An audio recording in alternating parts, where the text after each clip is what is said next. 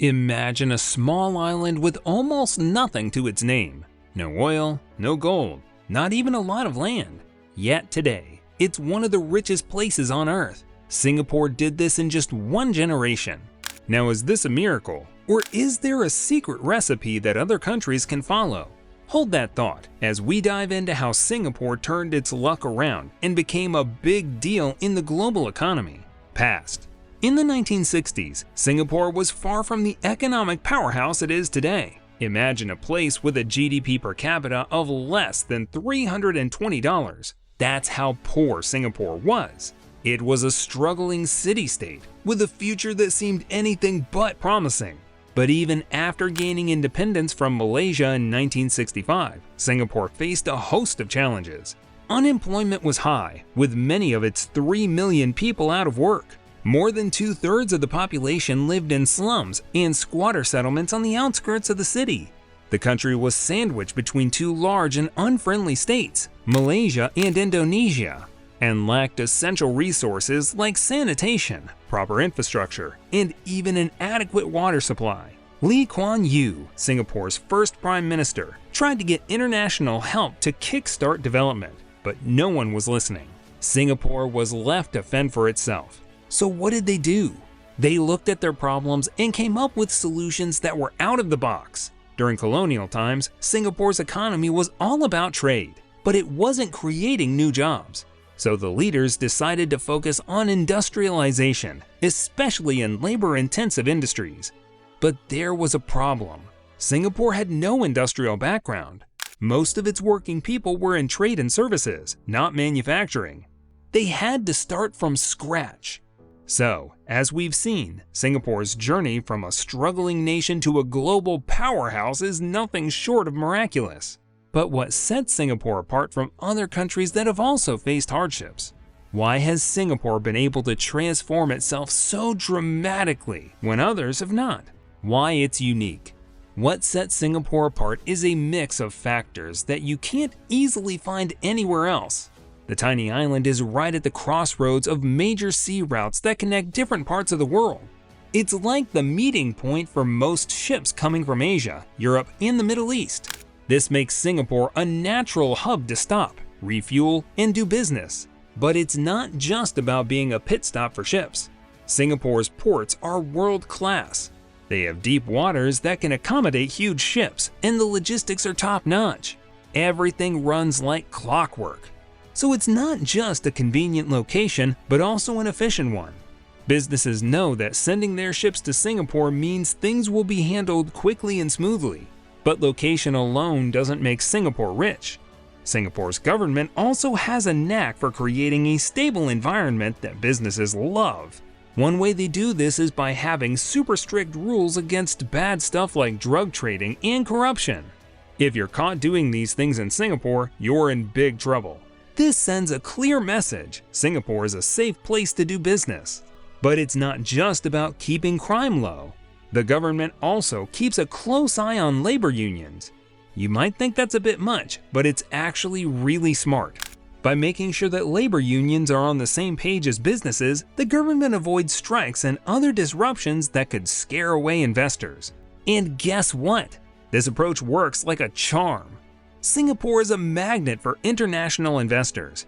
They see the strict but fair rules and think, wow, this is a place where my money will be safe. And that's how Singapore gets the funds it needs to keep growing. Another cool thing is how fast Singapore got foreign companies to come over. By 1972, just 7 years after becoming independent, 1/4 of all manufacturing firms in Singapore were either owned by foreigners or were joint ventures with local companies. Major investors included countries like the United States and Japan. And let's not forget about education. Singapore is super proud of its education system, and for a good reason. The schools here are some of the best in the world. But why does that matter for the economy? Well, think about it. If you have a bunch of smart, skilled people, they're going to do their jobs really well. Singapore's schools focus on important subjects like math, science, and technology. This means that when kids grow up, they have the skills that businesses are looking for. And it's not just about book smarts. Schools in Singapore also teach kids how to solve problems and think creatively. So, What's the result? Companies in Singapore have a pool of super talented workers to choose from. This boosts productivity, which is a fancy way of saying that businesses can do more stuff in less time. And when businesses are more productive, the whole economy gets a boost. Misconceptions. When you think of Singapore, you might picture a bustling financial hub filled with skyscrapers and people in business suits. It's easy to assume that the country's incredible wealth comes mainly from its strong financial sector. However, that's not the whole story. While the financial service industry did see a massive growth of 163% between 2008 and 2012, making a lot of people millionaires, this isn't the only way people in Singapore have become wealthy. Many Singaporean multimillionaires have made their fortunes in what you would call old-school sectors like real estate, construction, hospitality, retail, and food. These aren't quick paths to riches. They require time, effort, and a good bit of business savvy. So, it's a mistake to think that everyone in Singapore got rich quick by working in finance. Another thing that people often get wrong in Singapore is the idea that helping the rich get richer will make everyone better off in the end. This is sometimes called the trickle-down theory, and the idea is that if the wealthy are doing well, they'll create jobs and opportunities for everyone else. But in Singapore, this hasn't always been the case. In fact, some government policies have made income inequality worse, not better. Studies have shown that countries actually grow faster when they focus on helping poor people, not just the rich. So, the idea that making the rich richer will automatically help everyone else isn't really supported by the evidence. Lastly, you might have heard stories about Singapore being a playground for the super rich, where people spend $26,000 on a single cocktail and drive around in Ferraris. While it is true that there are some very wealthy people in Singapore who live like this, they're not the reason the country as a whole is wealthy. The average multi-millionaire in Singapore is actually 66 years old and has made money in a variety of ways. They're not just spending money on flashy cars or expensive drinks. They're business owners, CEOs, and other types of professionals who have worked hard for their money. The complexities of replication. So, why can't other countries just do what Singapore did? Well, it's not that simple.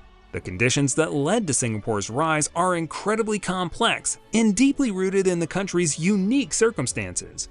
The island nation is strategically placed along major sea trade routes, connecting it to big markets. This isn't something that can be copied. You can't move a country to a more favorable location.